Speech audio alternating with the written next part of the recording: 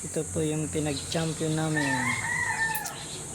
3 hits po, 3 stag po, 3 stag, 4 stag,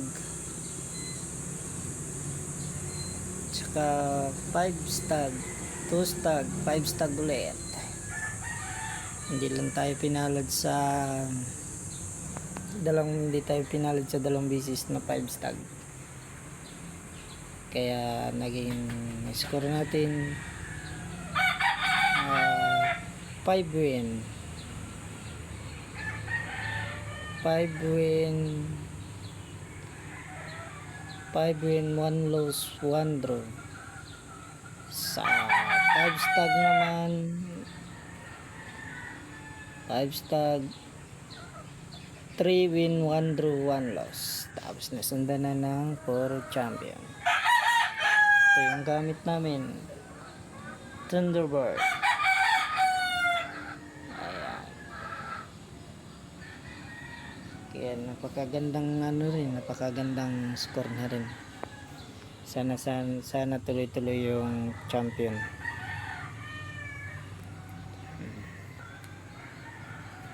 Tuloy-tuloy sana ang champion. Ito yung boss namin. Ayan.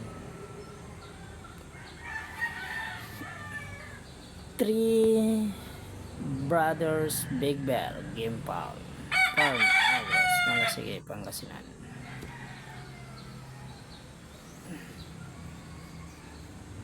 Okay, ito.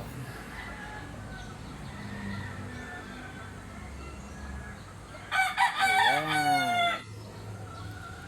Tapos ito yung gradas namin. Simpleng gradas lang. Ayan yung kaskasan.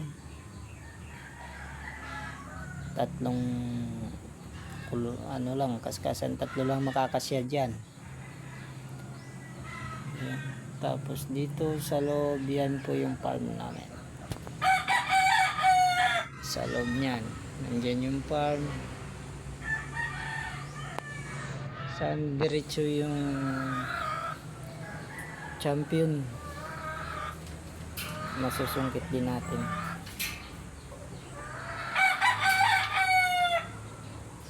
Tapos ito pala yung gamot na mga gamot na yan na apply namin. Ayun, napakaganda din. Yun.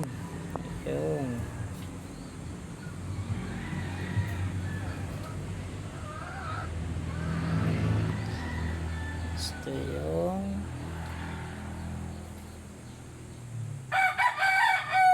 farm.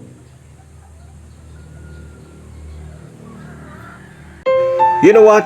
Hindi lahat ng blessings ay puro pera lang.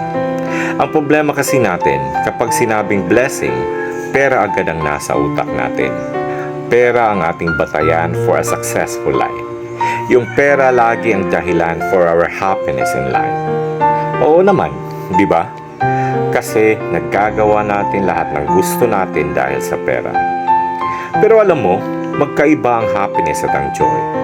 Kasi ang happiness always requires happiness para magiging happy ka. Like for example, inaantay mo lagi ang sweldo para may pera ka. Kumain, bumili ng gusto mo, makagala kasama ang kaibigan at uminom. And after that, mag-aantay ka na naman sa susunod na sweldo kasi ubos na ang pera mo. Feeling empty na naman ang pakiramdam mo. Samantalang yung joy, iba. Kasi it's a state of being.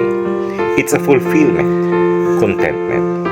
Andyan yung blessing ng buhay, buo ang pamilya, walang mga sakit, may iilan pero totoong kaibigan, bagong mga opportunities at memories in life. And that's life, more than just money. Kaya, be grateful to God. Good morning!